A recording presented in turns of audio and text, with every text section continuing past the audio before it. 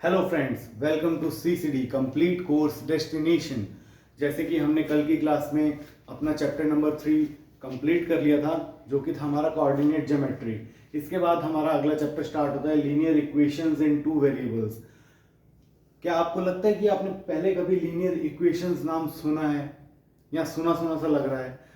तो आप थोड़ा रिमाइंड कीजिए कि आपने पॉलिनोमियल्स चैप्टर नंबर 2 पढ़ा था क्लास 9th में। इसी क्लास में आपने उसमें लीनियर इक्वेशंस पढ़ी थी। इक्वेशंस तीन तरह की इक्वेशंस पढ़ी थी, linear equations, quadratic equations and cubic equations. लेकिन वो टू वेरिएबल्स में नहीं थी, वो सिर्फ और सिर्फ सिंगल वेरिएबल में थी। उसमें सिर्फ एक्स, अगर एक्स वेरिएबल यूज हो रहा है तो सिर्फ एक्स यूज होता था, अगर वाई यूज हो रहा है तो सिर्फ वाई यूज होता था, और अगर कोई और वेरिएबल वो ए बी सी डी जो भी एनीथिंग जो भी यूज करते थे, सिर्फ एक ही वेरिएबल यूज होता था। तो यहां पे हम क्या करेंगे, वेरिएबल्स यूज करेंगे दो, linear equations in two variable. ठीक है, एग्जांपल के तौर पे मैं आपको बता दूं linear equations in two variables कैसे होते हैं। ये हो गया आपका ax plus b y plus c is equal to 0। अब इसमें x और y क्या है, a b c क्या है? x और y क्या है? वेरिएबल्स हैं। मैंने क्या बोला था, ये टू वेरिएबल्स वाली लीनियर इक्वेशंस है। लीनियर इक्वेशंस मतलब इसमें इसकी पावर सिर्फ और सिर्फ 1 रहेगी। मतलब x की और y जितने भी वेरिएबल्स इसमें, मतलब दो वेरिएबल्स यूज होंगे, चाहे x y यूज हो, p q यूज हो, जो भी वेरिएबल यूज होंगे उसकी पावर हमेशा 1 रहेगी। ठीक है, अब 1 रहेगी तो देखो ये आपको इक्वेशन का फॉर्मेट में लिख के बता दिया कि इस फॉर्मेट में हर कोई linear equation in two variables ये फॉर्मेट में रहेगी। इसमें वेरिएबल्स कौन कौन से हैं देखो, वेरिएबल्स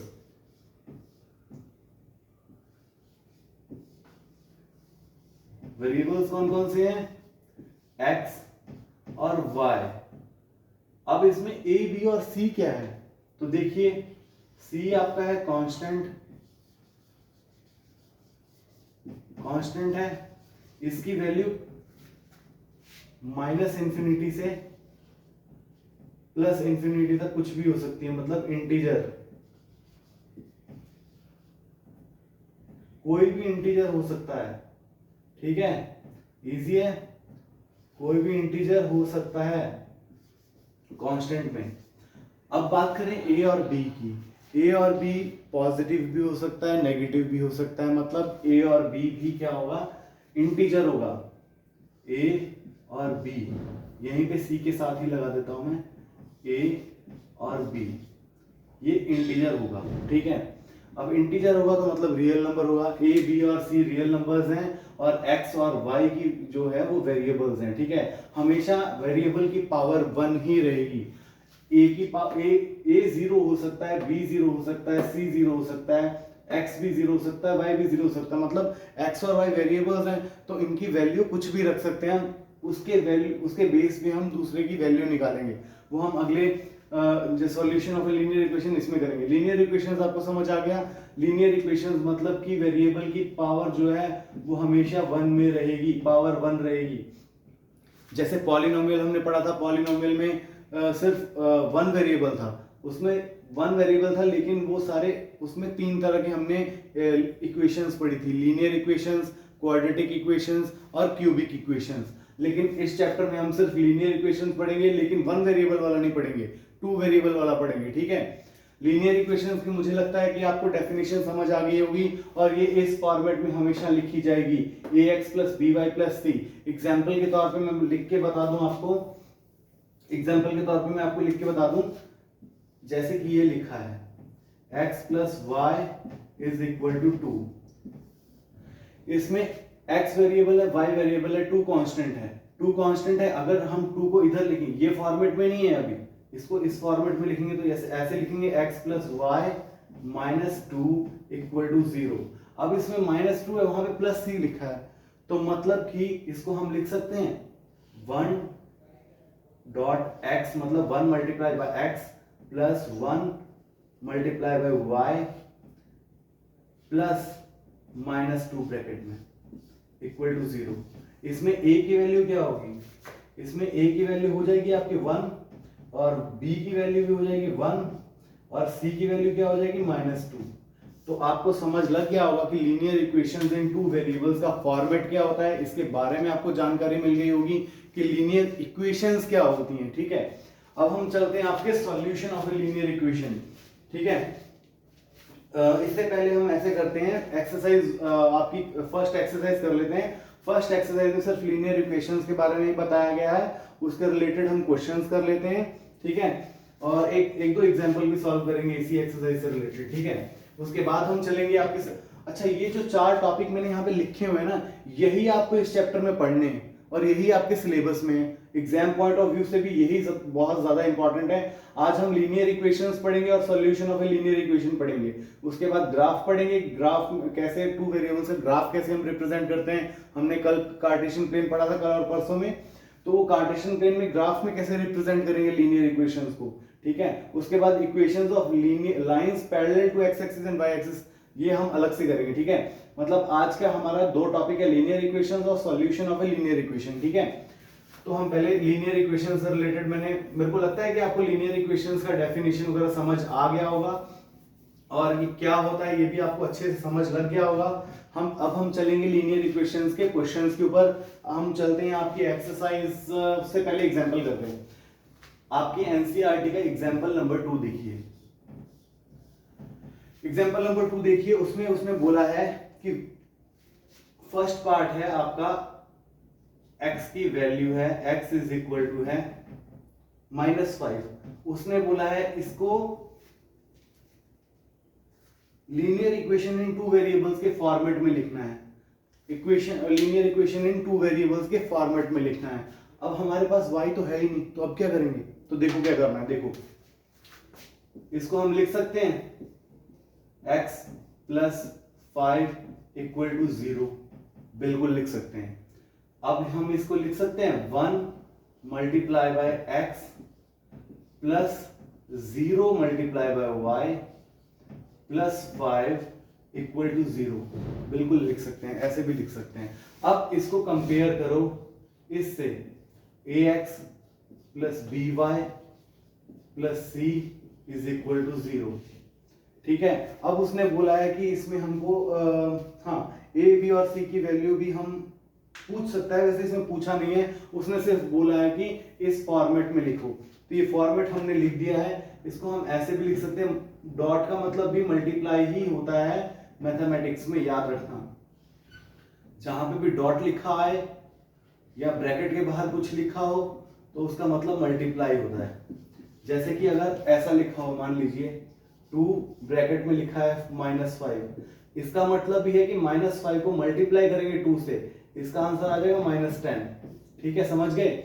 उसी तरह हमने यहाँ पे 1.x 0.y + 5 लिखा है, मतलब 1.x मतलब 1 × x = x आ जाएगा, 0.y मतलब 0 × y = आ जाएगा 0, देन +5, ये तो +5 है ही।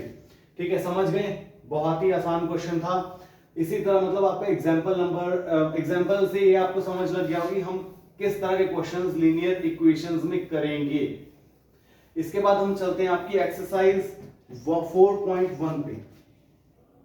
आपकी एक्सरसाइज 4.1 देखिएगा।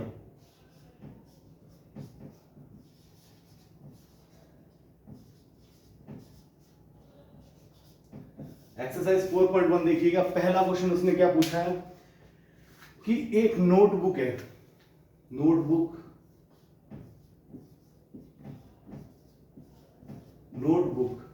उसके प्राइस क्या है, मतलब वो कितने की है। उसने बोला है कि एक नोटबुक की प्राइस है, वो पेन के प्राइस से डबल है, और उसने ब्रैकेट में देखिए नीचे लिखा है कॉस्ट ऑफ नोटबुक है वो आप x ले लीजिए, मतलब नोटबुक का कॉस्ट हमने ले लिया x rupees.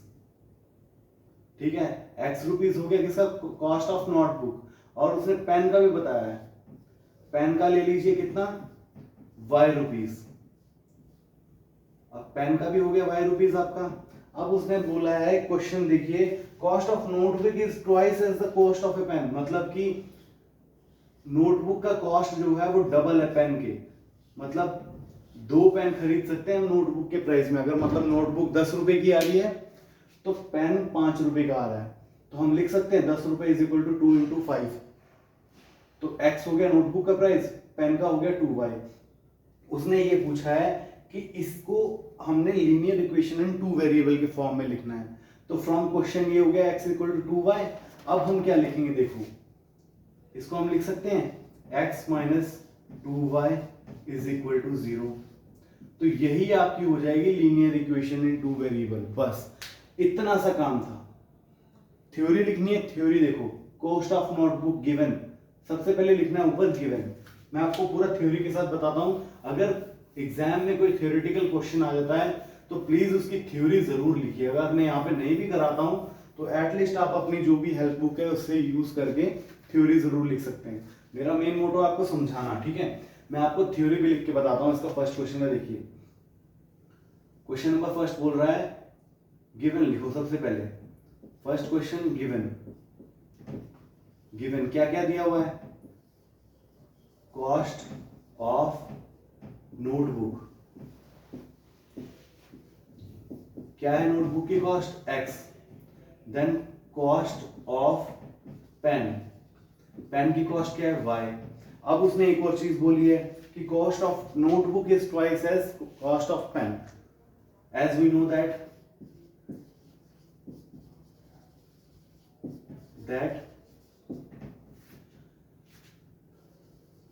cost of notebook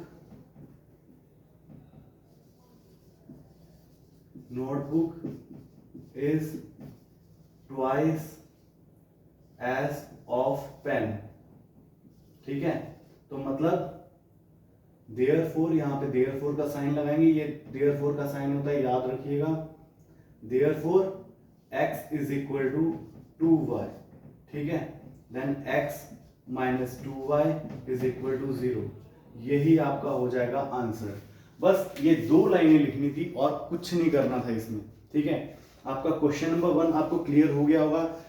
आप नोट डाउन कर सकते हैं, वीडियो पॉज करके नोट डाउन कर लीजिएगा, ठीक है। हम अगले क्वेश्चन में चलते हैं। आपके अगला क्वेश्चन देखिए आप।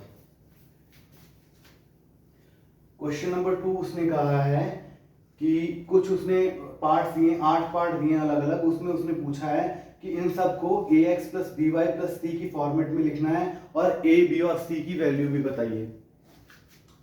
क्वेश्चन नंबर 2 देखिए, एक्सरसाइज 4.1 का उसने क्वेश्चन दिया है कि कंपेयर करो इसको ax plus b y plus c, इसकी फॉर्मेट में लिखना है और a b एंड c की values.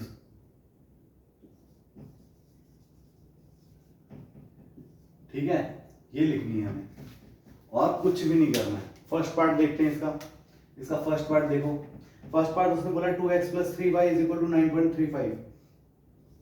2x plus 3y is equal to 9.35। 5 के ऊपर बार है, बार मतलब पता है ना, बताया था आपको नंबर सिस्टम में।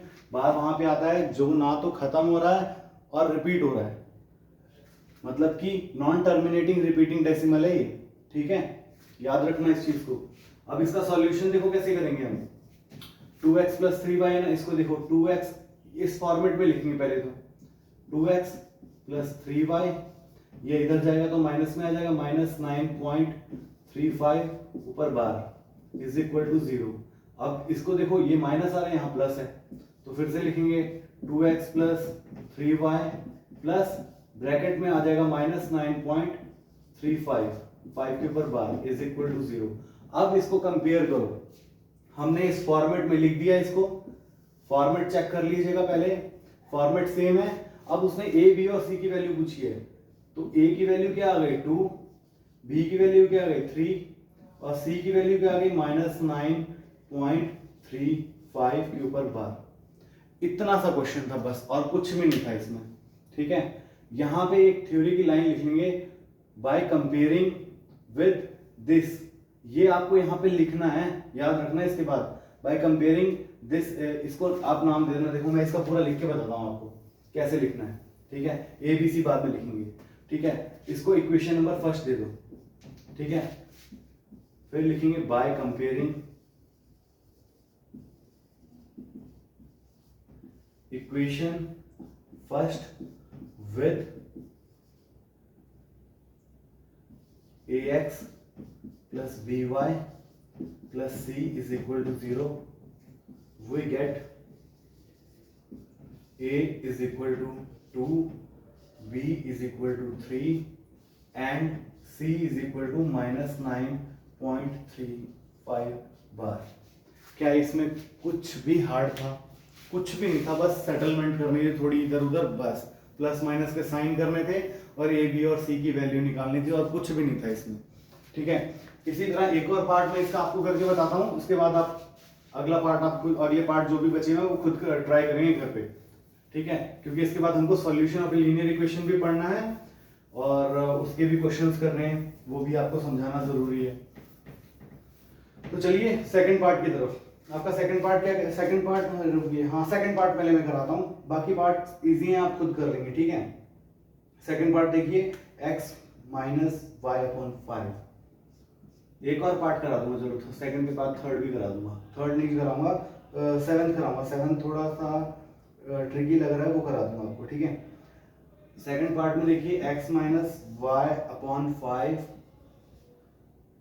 और -10 इज इक्वल टू 0, ये आपको दे रखा है, तो हम इसको लिख सकते हैं, रीराइट कर सकते हैं। रीराइट कैसे करेंगे? 1 dot x plus -1/5 bracket then y plus -10 bracket में। मैंने बोला ना आपको सिर्फ यही फॉर्मेट बनाना है, इसको इक्वेशन नंबर फर्स्ट और जो पहले थ्योरी लिखी थी सेम थ्योरी, तो इससे a इज इक्वल टू आ गया 1, b आ गया -1/5 एंड c आ गया आपका क्या? -10। इजी था, बहुत ही इजी था, कुछ भी इसमें मंत्र नहीं पढ़ना है आपने, बस क्वेश्चन से ही, क्वेश्चन में ही आंसर दिया है, उसी को आपने बस रीराइट करना है। इसके बाद एक और पार्ट देखिए आपका 7। अगर इसमें कुछ रह गया तो आप लिख सकते हैं वीडियो पॉज करके। इसके बाद हम 7th क्वेश्चन करने के लिए, 7th पार्ट करने के लिए जा रहे हैं इसका। ठीक है, हाँ 7th पार्ट करेंगे। देखिए 7th पार्ट देखिए आप, इसका 7th पार्ट क्या कह रहा है? y - 2 is equal to 0। 7th part क्या कह रहा है? y - 2 is equal to 0। अब y - 2 इज इक्वल टू 0 है, तो इसको कैसे सॉल्व करेंगे? इसमें x तो दिया नहीं हुआ है, मैंने आपको बताया था रीराइट करना, तो यहां पे हम लिख सकते हैं 0 dot x plus 1 dot y plus -2 bracket में इज इक्वल टू 0।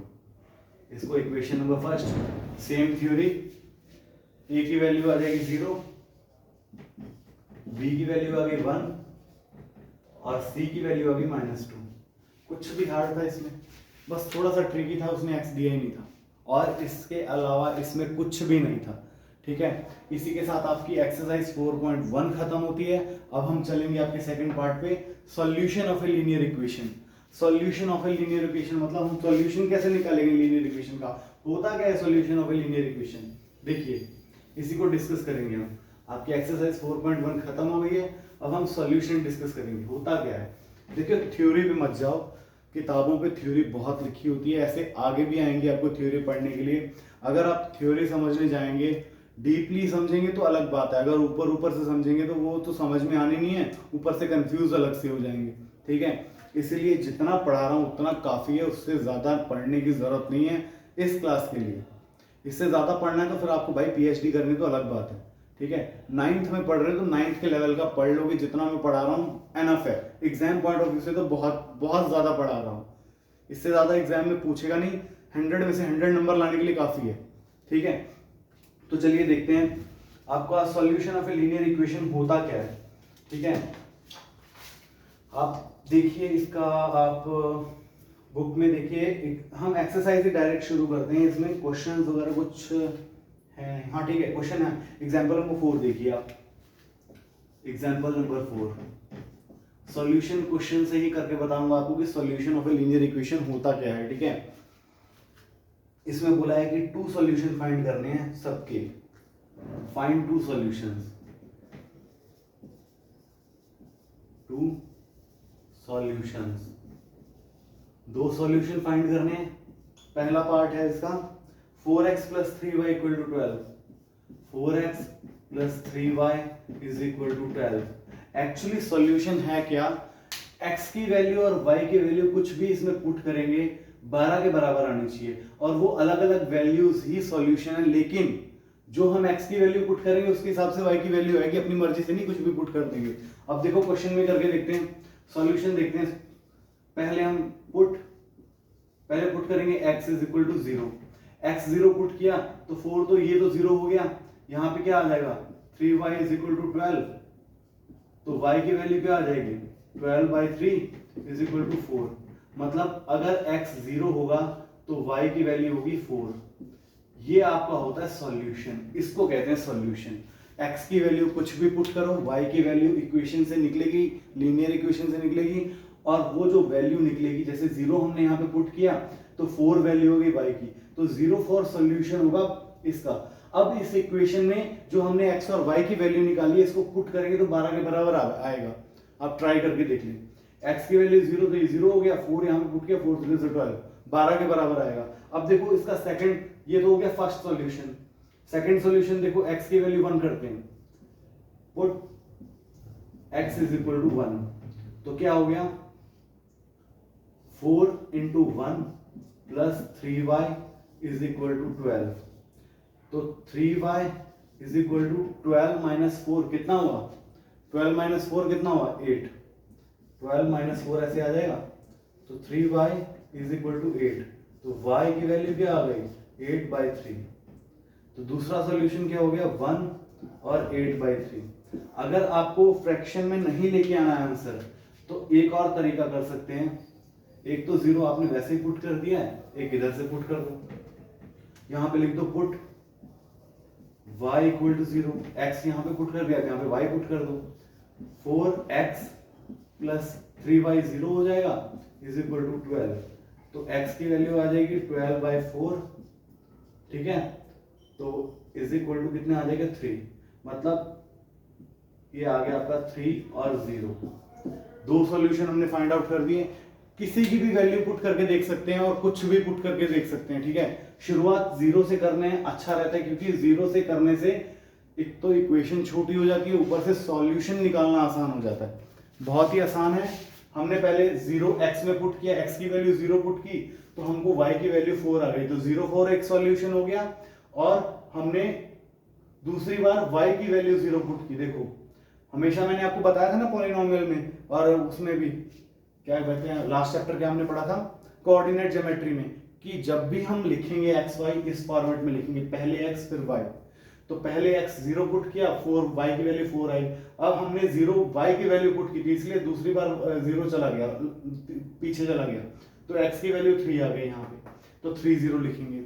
समझ आ गया। 0 क्या है, x और y की ऐसा कॉम्बिनेशन, ऐसी वैल्यू जो हम पुट करेंगे तो जो इक्वल टू में लिखा हुआ उसके बराबर आंसर आएगा। अब वैल्यू पुट करके देख लीजिए, मतलब x की वैल्यू कुछ भी इमेजिन करिए, कुछ भी इमेजिन करिए। मैंने 0 इमेजिन किया, y की वैल्यू 4 आ गई। इसी तरह y की वैल्यू 0 इमेजिन की तो x की वैल्यू आ गई 3। तो ये एक्चुअल में सॉल्यूशन होते हैं लीनियर इक्वेशंस के, ठीक है। तो चलो आपका इसी तरह से हम अब चलते हैं एक्सरसाइज 4.2 पे। 4.2 सॉल्व करते हैं, देखते हैं उसमें किस तरह के क्वेश्चंस उसमें दिए हुए हैं।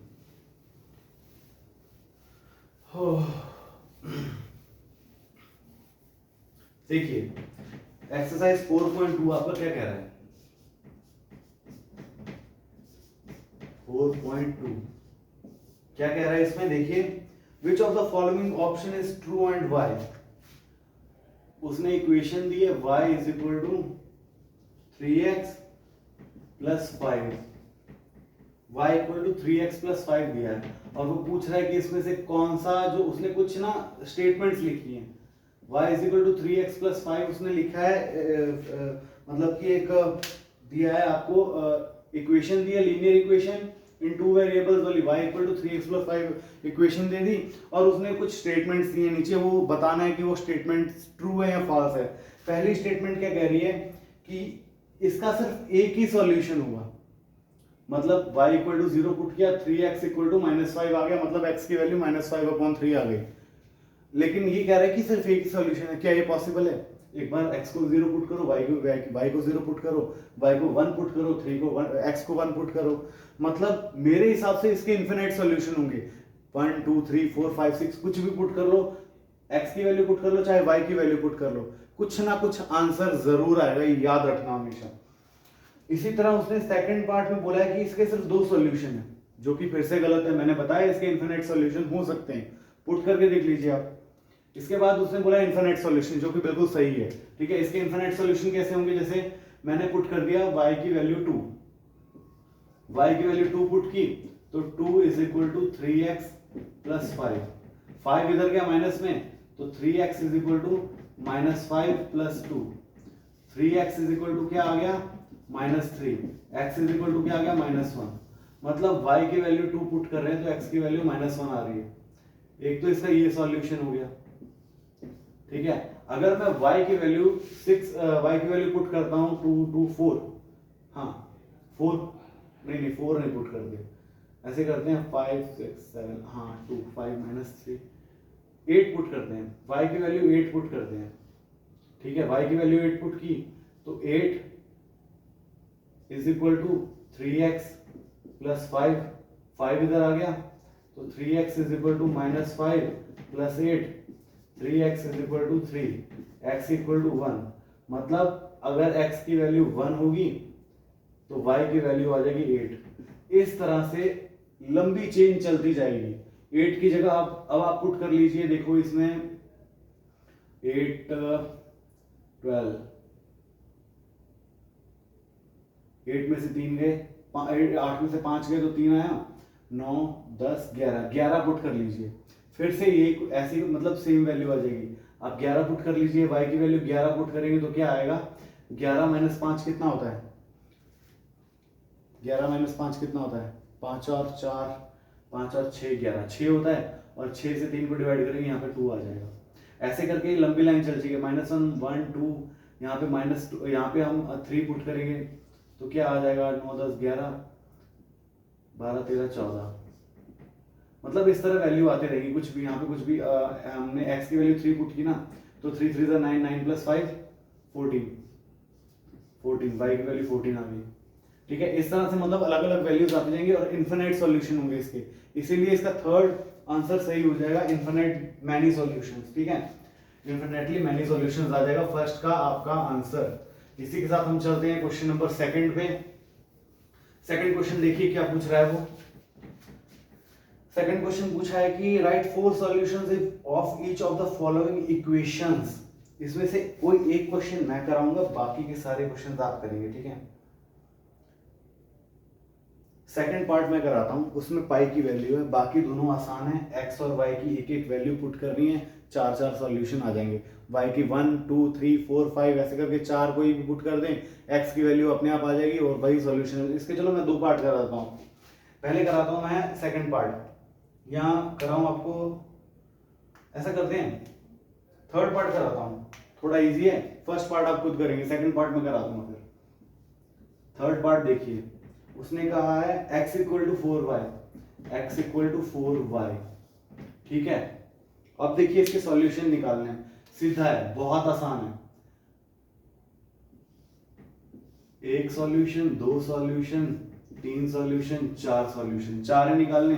y की वैल्यू 1 पुट की, x की वैल्यू कितनी आ रही है? 1 इंटू 4 4 और 1 आ गई। अब y की वैल्यू 2 पुट करो, 4 2 8 आ गया, आसान था। y की वैल्यू आप पुट कर दो, आप -1 पुट करोगे तो -4, -2 पुट करो -8। इस तरह और भी सॉल्यूशन निकाल सकते हैं। यहाँ पे 3 डाल दो तो 4 3 12, 4 डाल दो तो यहाँ पे आ जाएगा 16। इस तरह से सॉल्यूशन निकालने हैं। तो मुझे लगता है कि फर्स्ट पार्ट भी आप कर लेंगे आसानी से। मैं सेकंड पार्ट कराता हूँ जिसमें पाई दिया हुआ है, क्योंकि आप कंफ्यूज हो जाओगे बाद में कि भाई पाई दिया हुआ है, इसमें तो मेरे को सर ने बताया नहीं कि पाई वाला वैल्यू कैसे सॉल्व करेंगे। तो देखिए सेकंड पार्ट आपका क्या पूछ रहा है? Pi x plus y equal to 9, pi x plus y is equal to 9। देखो इसमें पाई दिया तो है, लेकिन आपको पाई को सॉल्व करने की जरूरत नहीं है, पाई की वैल्यू पुट करने की जरूरत नहीं है। उसने सिर्फ सॉल्यूशन पूछा है, खुद कर लेगा, उसने पाई हमको सॉल्व करने के लिए नहीं दिया है, सिर्फ हमको सॉल्यूशन निकालना है। ठीक है, तो देखिए कैसे निकालेंगे। Put x equal to 0, x 0 put किया, यहाँ पे पहला सॉल्यूशन आ गया, ये x की वैल्यू 0 हो गई ना, 0 पुट किया तो इसकी वैल्यू 0 हो गई, y इक्वल टू 9 आ गया।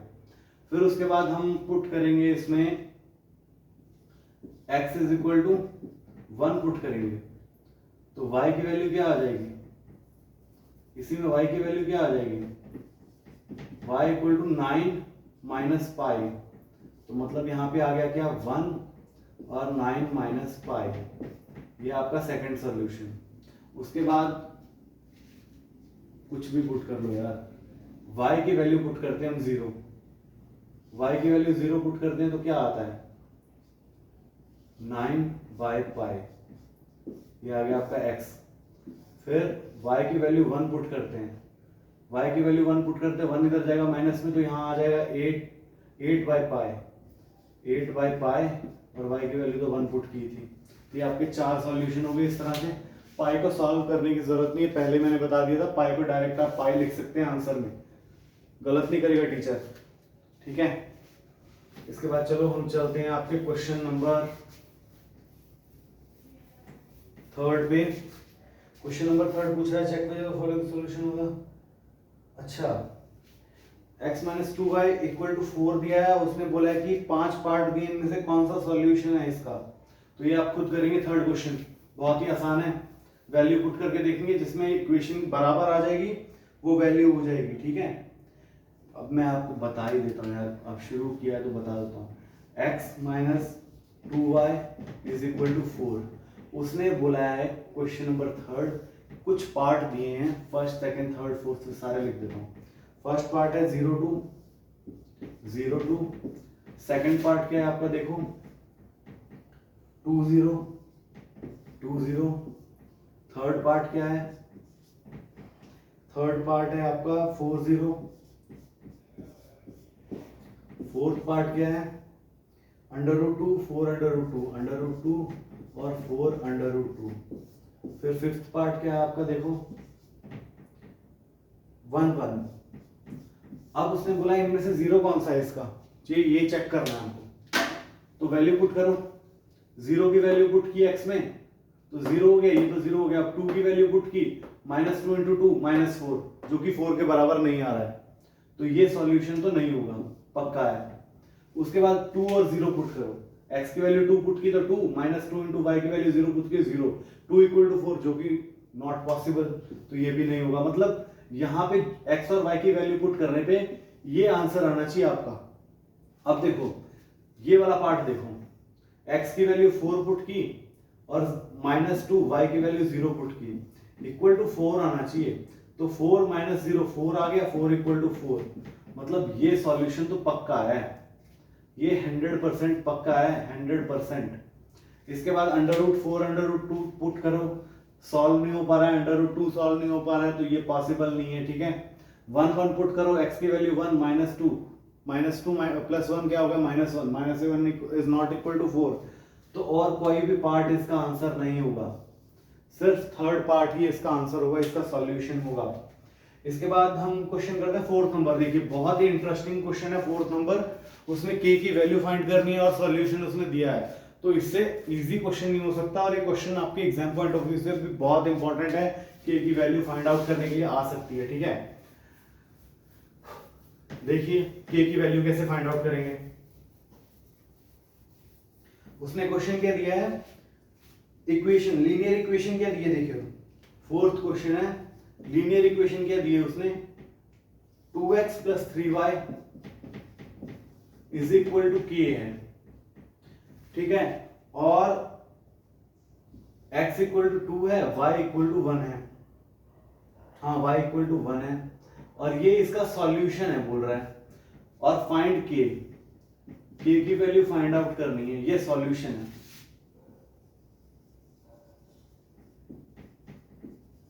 ये सॉल्यूशन है, ठीक है, और k की वैल्यू फाइंड आउट करनी है, तो कैसे निकालेंगे देखो। आंसर देखो कैसे निकालेंगे, कुछ दिमाग लगा। सॉल्यूशन है मतलब k की वैल्यू x और y की वैल्यू जो भी पुट करोगे उसके बराबर आ जाएगी, बस पुट करेंगे 2 into 2 plus 3 into 1 is equal to k। तो ये क्या आ गया 4 plus 3 is equal to k, 7 is equal to k, मतलब k की वैल्यू क्या आ गई 7। हमेशा याद रखना डायरेक्ट ऐसे मत करके, है ना, थ्योरी मैंने पहले बताया थ्योरी लिखनी जरूरी होती है, अभी छोटे हो लिखना पड़ेगा थ्योरी, नहीं लिखोगे तो टीचर बोलेगा तुमको समझ क्या आया, तुमने डायरेक्ट सॉल्व कर दिया आंसर, ऐसे थोड़ी करेंगे। इसको सॉल्व क्या करेंगे, बस देखो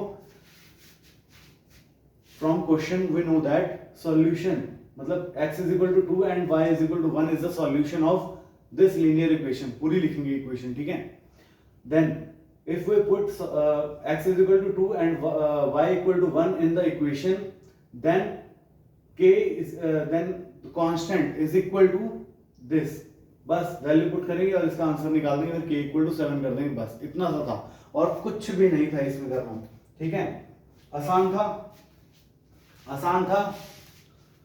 तो मैं कहता हूं आज 4.2 एक्सरसाइज हो गई, हमारे दो टॉपिक हो गए, लीनियर इक्वेशंस हो गया, solution of a linear equation हो गया। इसके बाद हम ये क्वेश्चन मैं कहता हूं आज का टॉपिक यहीं पे खत्म करेंगे। Graph of a linear variables और equation of line parallel to x axis and y axis, ये दो टॉपिक आपके रह गए हैं, ये दो टॉपिक हम कल करेंगे। आज के लिए इतना काफी है, जितना आपको कराया है उतना प्रैक्टिस कीजिएगा और कोई भी प्रॉब्लम होगी तो प्लीज मुझे बताइएगा। और जल्दी आपके साइंस की क्लासेस भी स्टार्ट हो रही हैं तो वो भी अटेंड करिएगा, मतलब एज पर एनसीईआरटी सारा पढ़ाया जाएगा आपको, ठीक है। चलो ठीक है, थैंक यू एंड हैव